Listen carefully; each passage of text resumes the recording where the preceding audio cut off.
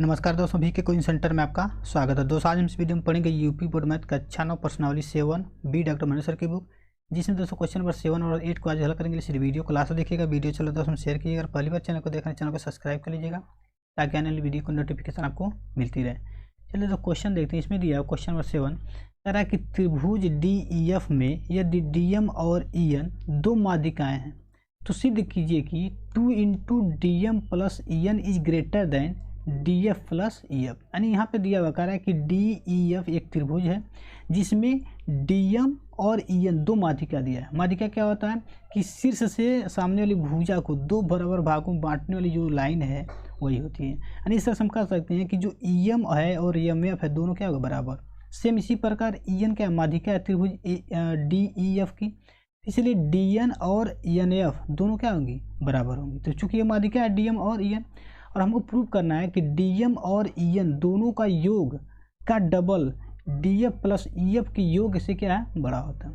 तो देखिए सबसे पहले ध्यान देंगे हम कि ये जो DF है और EF है किस त्रिभुज में है। तो देखिए DF इस त्रिभुज में, यानी कि कौन सा त्रिभुज है DMF में क्या आ रहा है, ये DF आ रहा है इस साइड की अगर बात की जाए तो।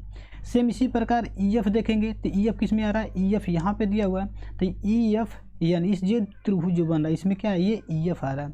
तो दोनों त्रिभुज को लेकर हम क्या करेंगे, इसको हल करेंगे। सबसे पहले यहाँ लिखेंगे त्रिभुज DMF में।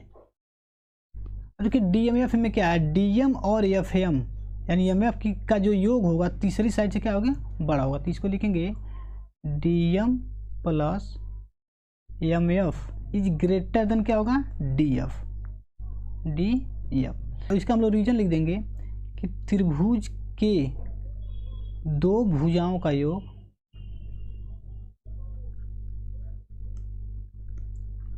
तीसरे भुजा से क्या होगा बड़ा होगा, तीसरी भुजा से बड़ा होता है।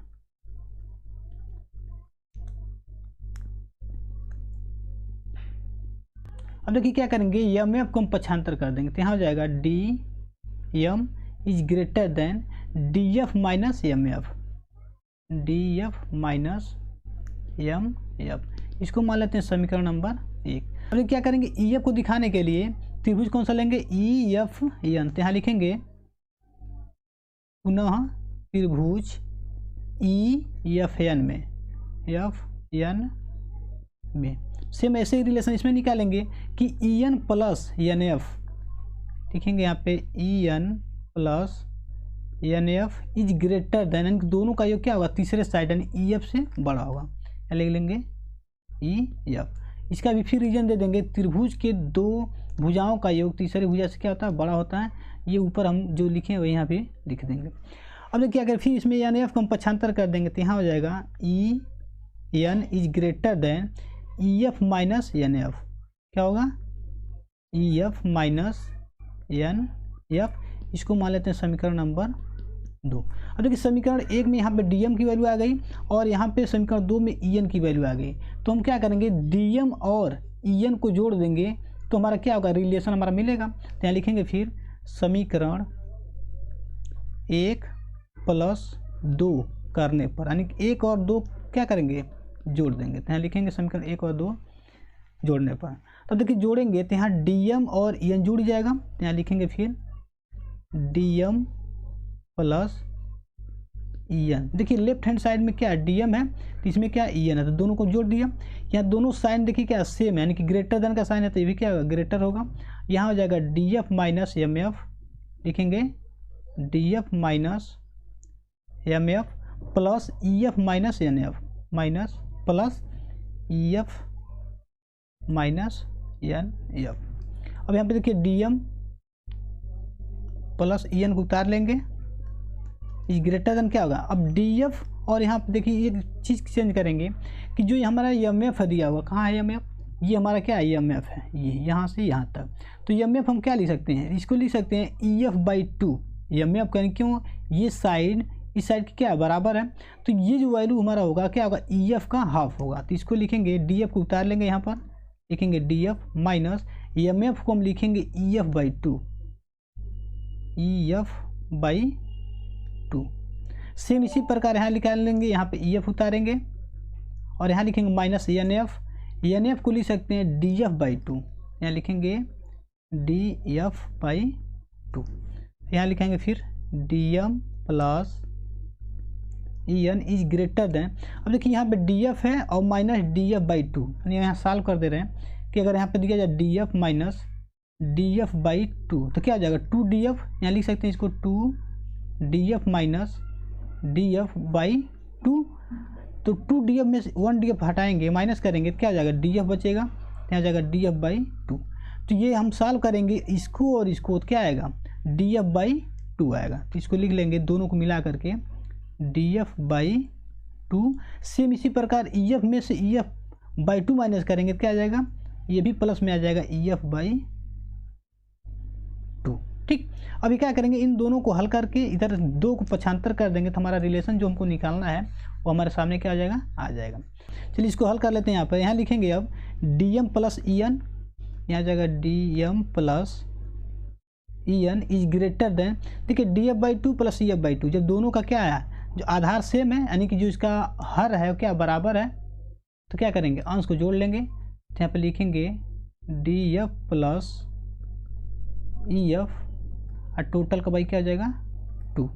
ठीक है, अब 2 को क्या करेंगे जब पक्षांतर कर देंगे मल्टीप्लाई हो जाएगा, तो यहाँ हो जाएगा 2dm plus en, dm plus en और इज ग्रेटर देन क्या हो जाएगा df plus ef, df plus ef। देखिए हमको निकालना क्या था, यही निकालना था कि 2 into dm plus en is greater than df plus ef। ये हमने क्या किया यहाँ पे निकाल दिया, यही हो जाएगा आंसर, यानी कि यही हमको क्या करना था प्रूफ, यहाँ लिख देंगे प्रूफ। ठीक, अगला क्वेश्चन देखिए 8 दिया हुआ कह रहा है कि यदि एक त्रिभुज की तीनों ऊंचाइयाँ बराबर हैं तो सिद्ध कीजिए कि त्रिभुज समबाहु होगा।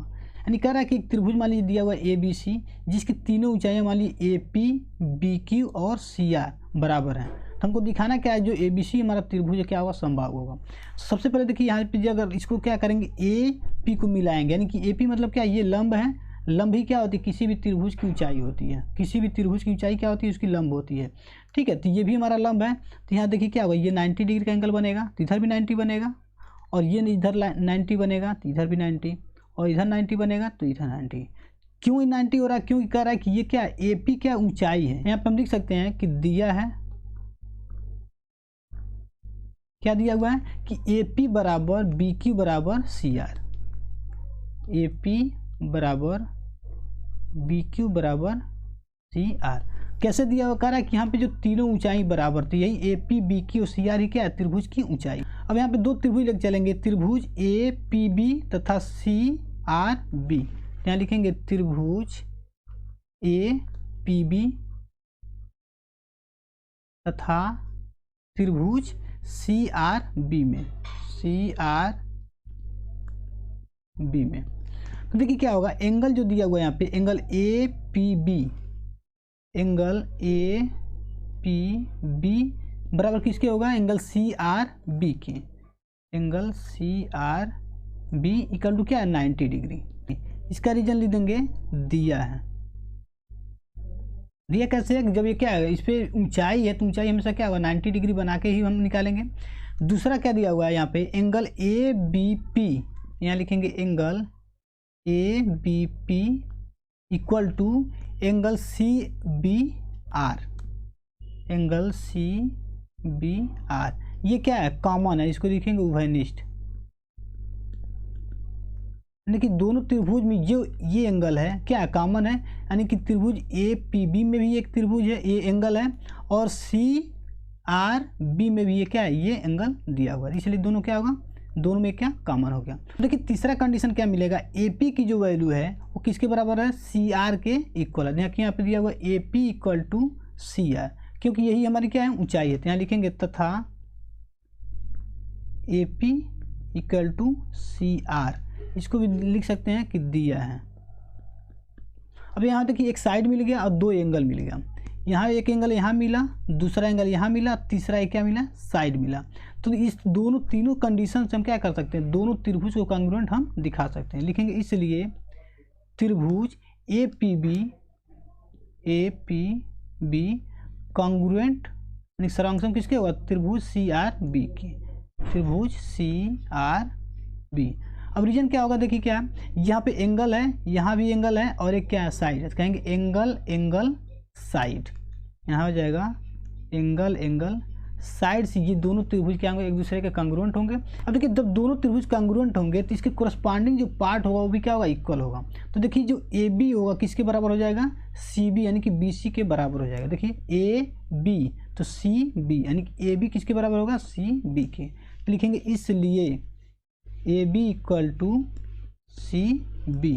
कैसे होगा, कहेंगे बाई सिपिसिटी, यानी कि सर्वांगसम त्रिभुजों के संगत अवयव से, संगत अवयव। अब देखिए यहाँ पर हमें दिखा दिया कि ए बी की जो लंबाई है बी सी क्या है, बराबर है। तो देखिए अगर त्रिभुज हमने ये लेकर चलना है कि ए पी सी और बी क्यू सी, तो ये हमारा जो एंगल वो कॉमन होगा, तो इसे हम ये दिखा देंगे कि जो बी सी की लंबाई होगी ए सी के बराबर होगी। सेम इसी प्रकार तीसरा कंडीशन लेकर चलेंगे तो ए सी ए बी के बराबर होगा। तो इन तीनों कंडीशन हम ये कह सकते हैं कि जो हमारा त्रिभुज ए बी सी है वो क्या होगा, समबाहु होगा। तो इसको हम सिंपली यहाँ पर लिख लेंगे इसी प्रकार, जैसे ए बी बराबर सी बी यानी बी सी, इसी प्रकार लिख लेंगे बी सी बराबर ए सी तथा ए सी बराबर ए बी। इसको मान लेते हैं समीकरण नंबर 1, इसको मान लेंगे 2 और इसको मान लेंगे 3। तो यहाँ लिखेंगे समीकरण 1 2 व 3 से। समीकरण 1 2 3 से क्या होगा, ए बी बराबर बी सी बराबर ए सी और ए सी बराबर ए बी। यहाँ लिख सकते हैं कि ए बी बराबर बी सी बराबर ए सी। ये हमको दिखाना था कि तीनों साइड हमारा क्या होगा। लेकिन जब तीनों साइड हमारा इक्वल होगा तो इसका मतलब एंगल भी क्या होगा, इक्वल होगा। तो इसको लिख सकते हैं या एंगल ए बराबर एंगल बी बराबर एंगल सी। लिखेंगे इसलिए त्रिभुज ए बी सी एक समबाहु त्रिभुज है,